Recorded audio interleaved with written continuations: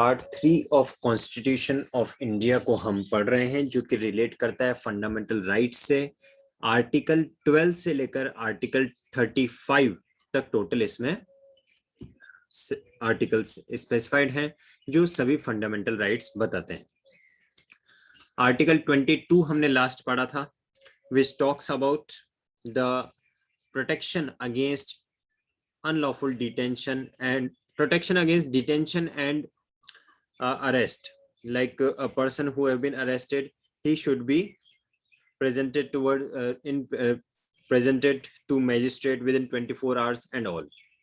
हालांकि उसमें कोई स्पेशल लॉ अगर बनाया गया है पार्लियामेंट के द्वारा तो वो चीज जरूर ध्यान रखने की है। इन that article will not apply.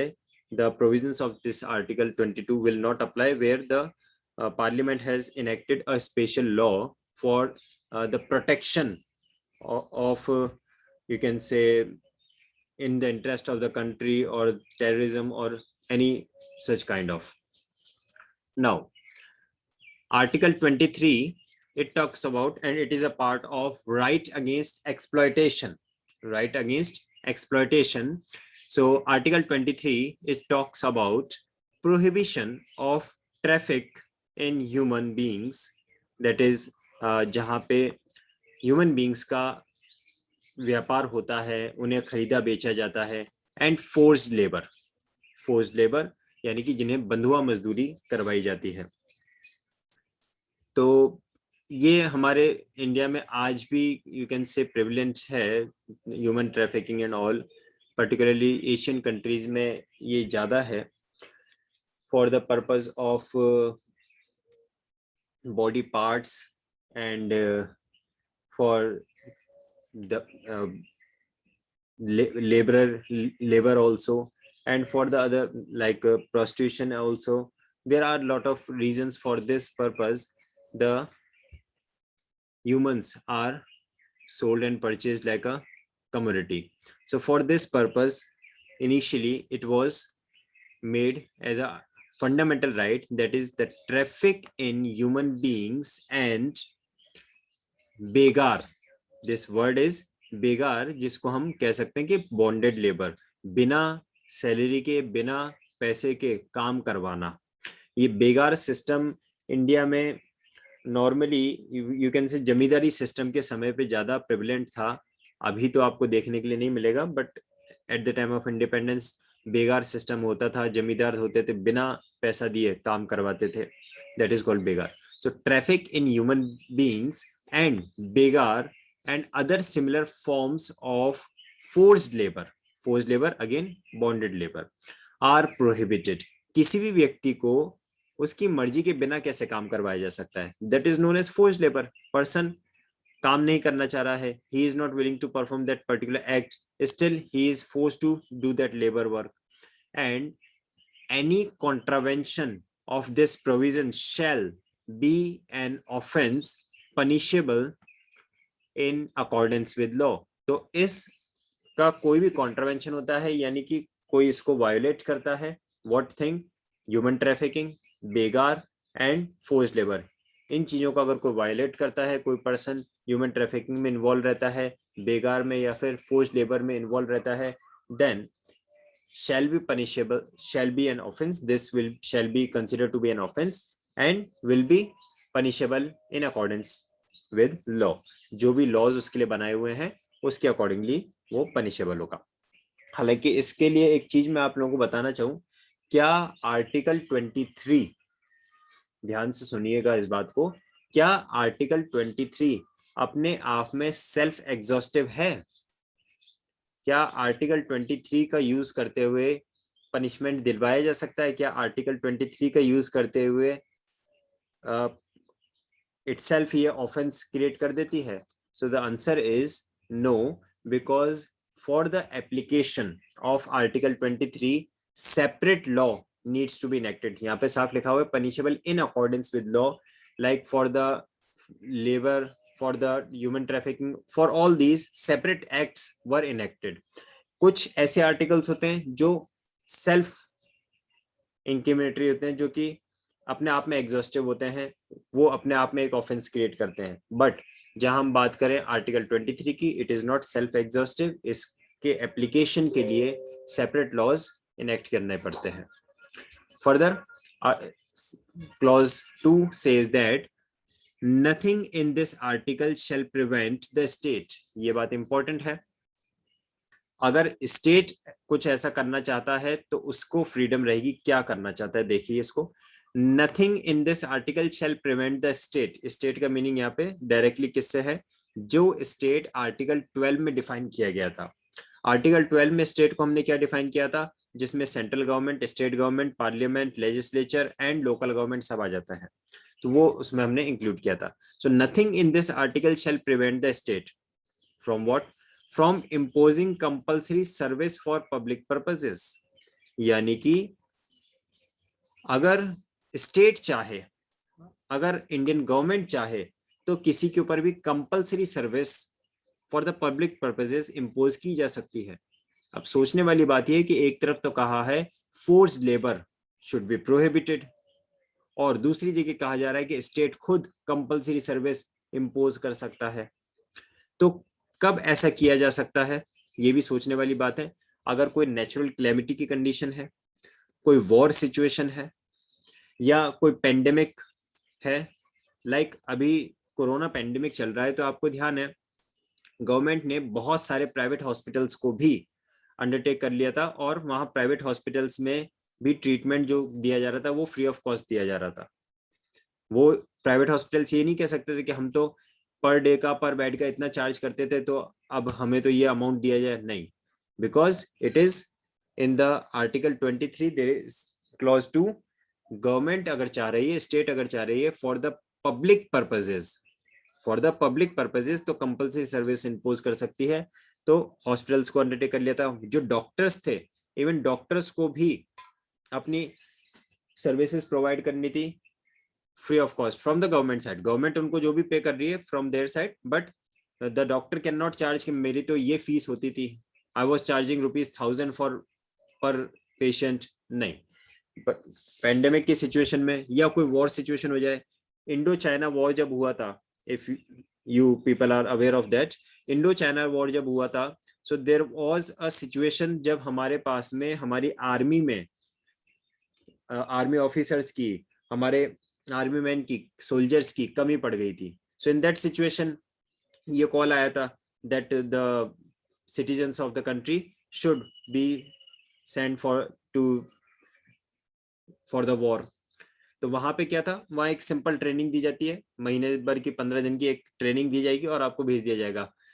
तो ये आती है सिचुएशन, कोई पेंडेमिक सिचुएशन हो, कोई वॉर सिचुएशन हो, कोई नेचुरल क्लेमिटी हो, कहीं पे कोई फ्लड आ गया, अर्थक्वेक आ गया, और वहां पे डॉक्टर्स बोल दे हम तो नहीं जाना चाहते, नहीं, उन्हें भेजा जाएगा अगर ऐसा कोई सिचुएशन अराइज होता है तो।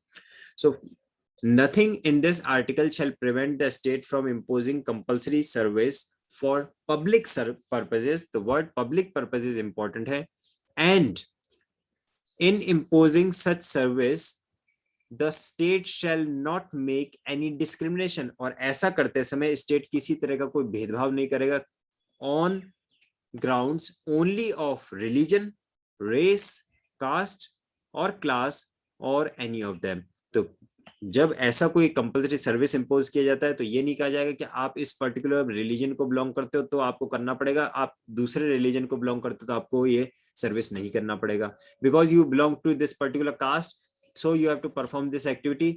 आप दूसरी कास्ट को बिलोंग करते हो तो आपको नहीं करना पड़ेगा। There shall be no discrimination on the grounds only of religion. ये वर्ड ओनली इंपॉर्टेंट रहता है, मैंने इसको पहले भी एक्सप्लेन किया था। वर्ड ओनली किस कंसर्न में हमें ध्यान देना होता है, दैट इज कुछ ग्राउंड्स हो सकते हैं जिनके बेसिस पे डिस्क्रिमिनेशन किया जा सके। फॉर एग्जांपल माइनर अगर कोई है तो अब माइनर को तो नहीं भेज दिया जाएगा वॉर के लिए, तो only on the basis of religion, race, caste, class कोई डिस्क्रिमिनेशन नहीं होगा। तो ये था आर्टिकल 23 जो मेनली बताता है क्या, that is prohibition of traffic in human beings and the forced labor. Forced labor should be prohibited, begar should be prohibited, and trafficking of human trafficking should be prohibited. Moving to Article 24. Article 24 states about prohibition of employment of children in factories etc. यानी कि child labour के concern में ये बात कर रहा है, जो चिल्ड्रन हैं उनको फैक्ट्रीज में, माइंस में, अदर हेजार्डियस एक्टिविटीज में नहीं इन्वॉल्व किया जाना चाहिए, नहीं एम्प्लॉय किया जाना चाहिए। देखिए क्या लिखा है, no child below the age of 14 years shall be employed to work in any factory or mine or engaged in any other hazardous employment। तो ये तो क्लियर है कि इनको एम्प्लॉयमेंट में कौन से एम्प्लॉयमेंट की यहाँ पे बात हो रही है, for factories, for mines and the hazardous employment. इसका मतलब ये एब्सोल्यूट प्रोहिबिशन नहीं है, but it is just for जहाँ पे कोई हेजार्डियस एम्प्लॉयमेंट है उसके लिए बात कर रहा है कि चिल्ड्रन को ऐसे वर्क में जहाँ पे उनकी हेल्थ की सेफ्टी नहीं है, जहाँ उनकी लाइफ की सेफ्टी नहीं है, उन एक्टिविटीज में इन्वॉल्व नहीं किया जाना चाहिए। यानी सिंपल एम्प्लॉयमेंट्स में उन्हें इन्वॉल्व किया जा सकता है, जहां पे उनको पूरी सेफ्टी है वहां इन्वॉल्व किया जा सकता है। और एज यहाँ पे इंपॉर्टेंट है। ये आर्टिकल 24 बात किसके लिए कर रहा है, article 24 talks about the children below the age of 14 years। Below the age of 14 years should not be involved, should not be employed in factories, in mining and the hazardous employment। ऐसे employment जहां पे उनकी health और safety के साथ में कोई compromise अगर नहीं है, उन एम्प्लॉयमेंट में उन्हें काम करवाया जा सकता है, उसमें कहीं कोई रेस्ट्रिक्शन नहीं है। मूविंग फर्दर, तो राइट अगेंस्ट एक्सप्लॉयटेशन में तो दो ही हमें याद रखने हैं।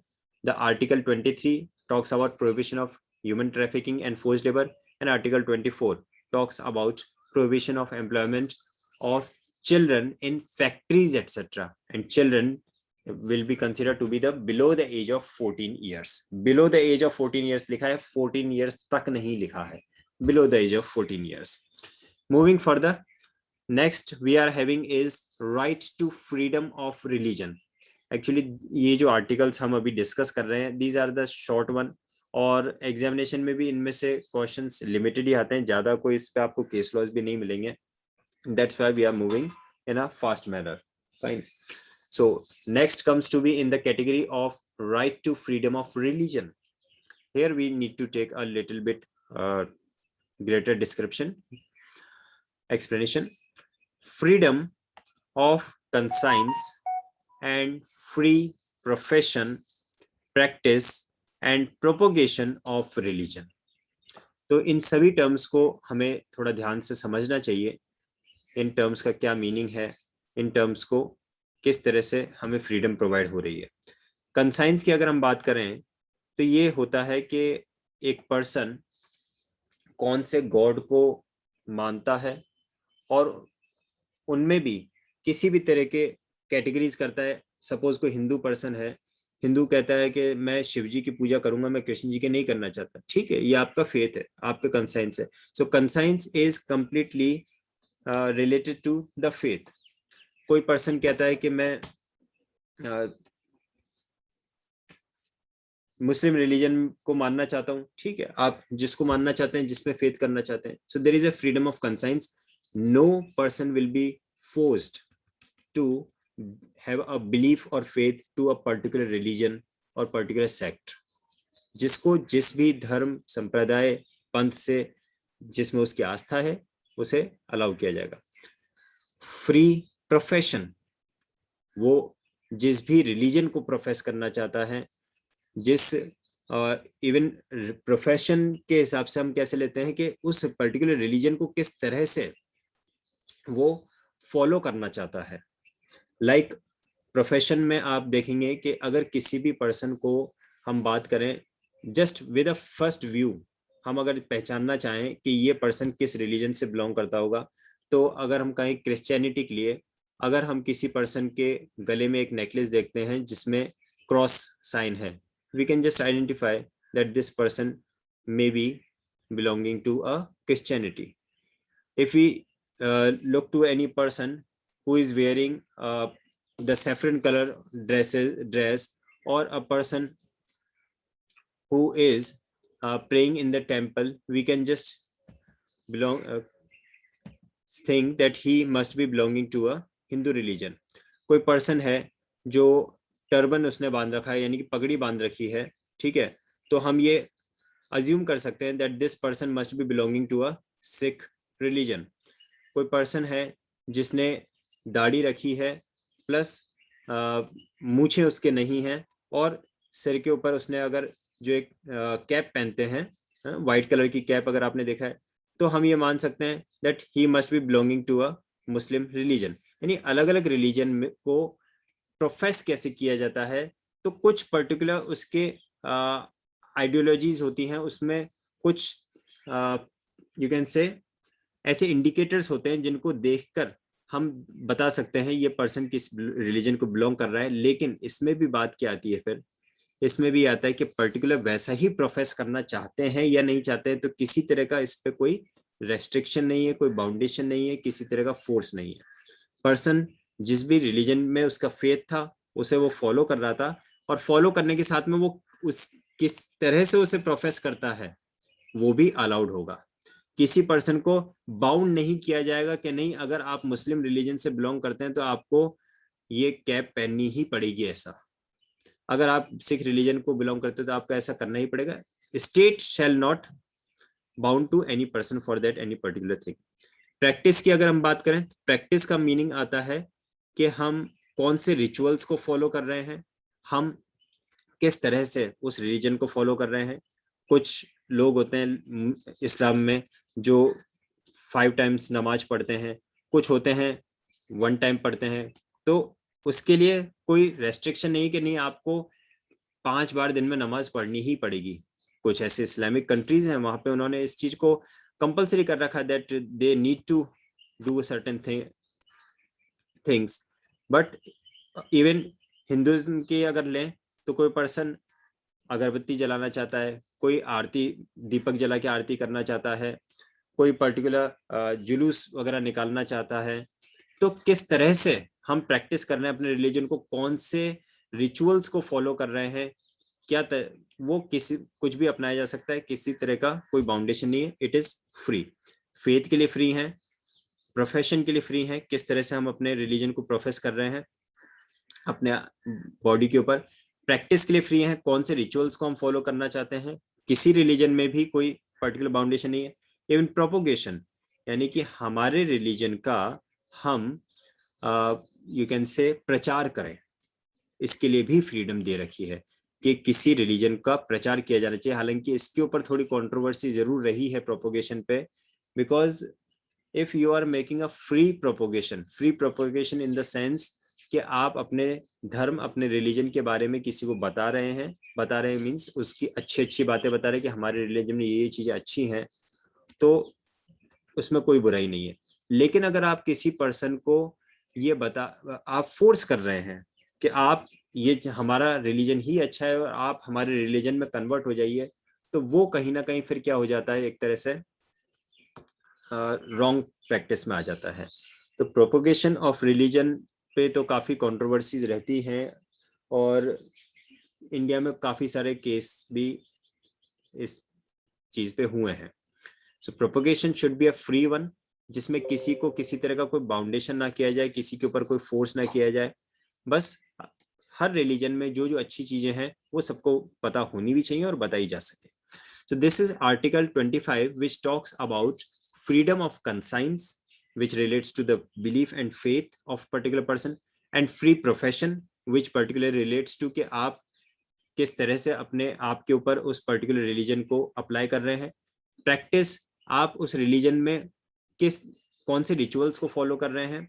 एंड प्रोपोगेशन, आप अपने रिलीजन के बारे में लोगों को कैसा बता रहे हैं. Further, let's continue with the detail of this article. Subject to public order. अब देखिए यहाँ पे स्टार्टिंग में ही कुछ रेस्ट्रिक्शन लगा दिए हैं, या फिर जिसको हम कह सकते हैं कुछ रीजनेबल रेस्ट्रिक्शन जिसको हम बोल सकते हैं. ठीक है. Subject to public order, morality and health, and to the other provisions of this part. अब यहाँ पे एक चीज इंपॉर्टेंटली है, कितने रीजनेबल रेस्ट्रिक्शंस इंपोज हुए हैं। आर्टिकल 25 में नंबर ऑफ रीजनेबल रेस्ट्रिक्शंस कितने हैं, अगर आप इसको देखें तो टोटल 4 रीजनेबल रेस्ट्रिक्शंस यहाँ पे लगे हैं। ठीक है, एक सेकेंड रुकिए। तो आई वॉज टॉकिंग कि आर्टिकल 25 में रीजनेबल रेस्ट्रिक्शंस की हम बात करें तो कितने रीजनेबल रेस्ट्रिक्शंस लगाए गए हैं, टोटल 4 रीजनेबल रेस्ट्रिक्शंस यहाँ पे हैं। First one, public order disturb नहीं होना चाहिए। सेकंड, मॉरलिटी के अगेंस्ट नहीं होना चाहिए। मॉरलिटी एक काफी कॉम्प्रिहेंसिव टर्म है। मॉरलिटी में क्या आ जाता है कि कोई चीज जरूरी नहीं कि हर बात लॉ में ही ऑफेंस बताया गया हो। कोई ऐसा एक्ट जो लॉ में तो नहीं प्रिस्क्राइब किया गया एज एन ऑफेंस, बट फिर भी एज अ मॉरल एटीट्यूड वो ठीक नहीं है। सोसाइटी के पॉइंट ऑफ व्यू से, सोसाइटी की नजर में वो ठीक नहीं है। किसी की हेल्थ के अगेंस्ट में नहीं होना चाहिए। और आगे क्या लिखा है, and to the other provisions of this part. This part का मतलब क्या है, दिस पार्ट का मतलब है part 3 of constitution. Part 3 of constitution का मीनिंग है we are talking about fundamental rights. तो 4 रीजनेबल रेस्ट्रिक्शंस लगाए गए हैं। कोई भी ऐसे एक्ट्स जो पब्लिक ऑर्डर, मॉरलिटी, हेल्थ या फंडामेंटल राइट्स को वायोलेट नहीं करते हैं, अफेक्ट नहीं करते हैं, उनके अलावा all persons are equally entitled, है ना। All persons are equally entitled to freedom of conscience and the right freely to profess, practice and propagate religion. अब कंसाइंस, प्रैक्टिस, इन सब के बारे में तो हमने, एंड प्रोफेस एंड प्रोपेगेट, इसके बारे में तो ऑलरेडी हमने डिस्कशन किया अभी। आर्टिकल 25 क्लॉज 1 तो मेनली इतना ही ध्यान रखना है that all persons are equally entitled to the freedom of conscience, profession, practice and propagate the religion, any religion they want, they wish to, but it should not be against the public order, it should not be against the morality, it should not be against the health, and it should not be against the fundamental right. अब जैसे हम बात कर रहे थे किसकी, propagation की, ठीक है, या फिर प्रैक्टिस की। प्रैक्टिस में आता है कि भाई हमारे जुलूस निकलना चाहिए। पेंडेमिक की सिचुएशन है और लॉकडाउन लगा हुआ है, पब्लिक हेल्थ और मोरालिटी की बात आ रही है, उसमें सॉरी मोरालिटी नहीं, पब्लिक है ऑर्डर की और हेल्थ की बात आ रही है। तो पब्लिक ऑर्डर और हेल्थ क्या कह रहा है, कोई जुलूस ना निकाला जाए, किसी तरह का प्रोपोगेशन ना हो, लोग इकट्ठे ना हो, तो वहां पे वो रीजनेबल रेस्ट्रिक्शन लग जाता है। अदरवाइज आराम से आप जुलूस निकालिए, आप जैसे भी पूजा करनी कीजिए। इवन आपको ध्यान होगा लॉकडाउन में तो मंदिर, दरगाह सबको बंद करवा दिया गया था। क्यों? क्योंकि वहां पे लोग जाएंगे तो फिर लोगों का मिलना जुलना होगा और उससे पेंडेमिक और ज्यादा स्प्रेड हो सकता था, डिजीज और ज्यादा स्प्रेड हो सकता था। तो रीजनेबल रेस्ट्रिक्शंस के रहते हुए उसके अलावा जो है फ्रीडम है पूरी तरह से। फर्दर क्या आता है, nothing in this article, clause 2 क्या बात कर रहा है, nothing in this article shall affect the operation of any existing law और prevent the state from making any law.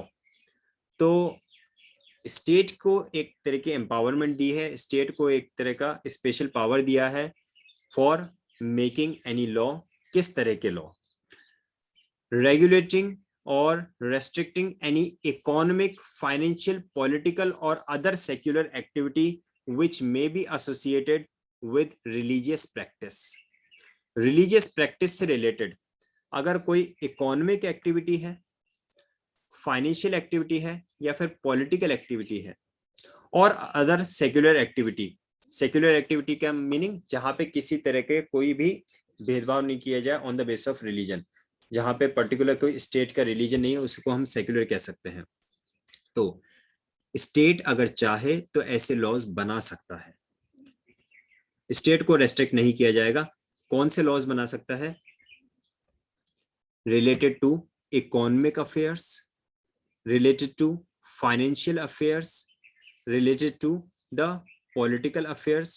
अब इसके एक आध जैसे हम एग्जांपल लें, मंदिरों में और दरगाहों में जो चढ़ावा वगैरह आता है ना, तो उसके ऊपर भी क्वेश्चन है कि क्या उसके ऊपर टैक्स लगाया जा सकता है, तो बिल्कुल ये इकोनॉमिक है तो उस पर टैक्स हालांकि नहीं लग रहा है, ये बात और क्लियर कर दूं मैं, टैक्स नहीं लग रहा है, लेकिन अगर स्टेट चाहे तो टैक्स लगा सकता है।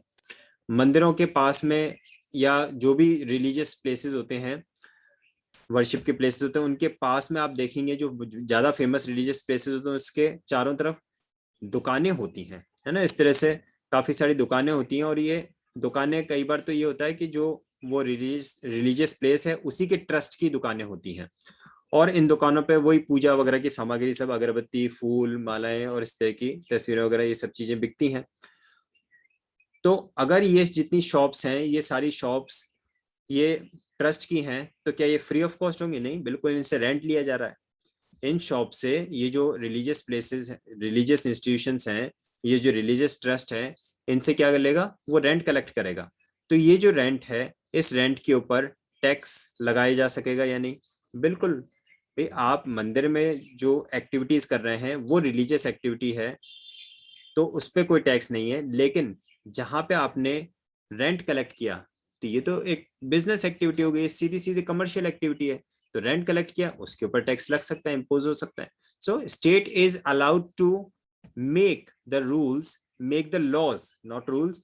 The state is allowed to, this article 25 will not restrict, will not affect the rights of states to make any laws for the purpose of economic affairs, financial affairs, political affairs, or secular affairs related to such religious practices.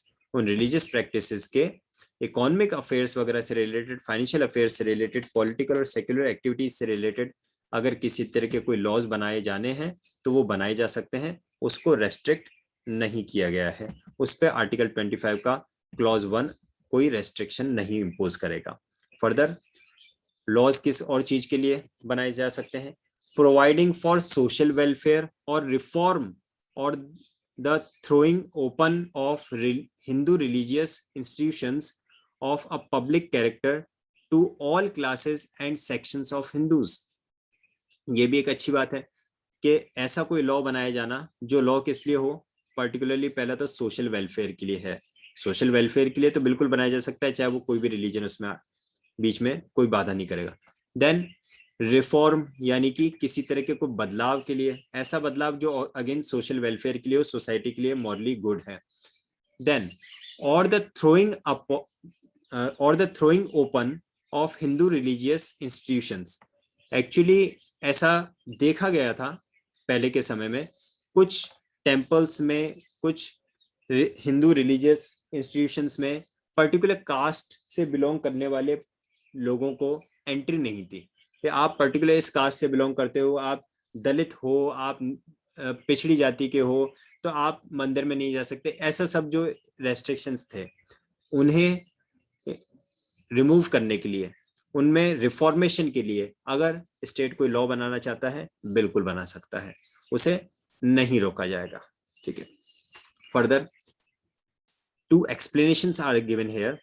First one, the wearing and carrying of kripans shall be deemed to be included in the profession of Sikh religion.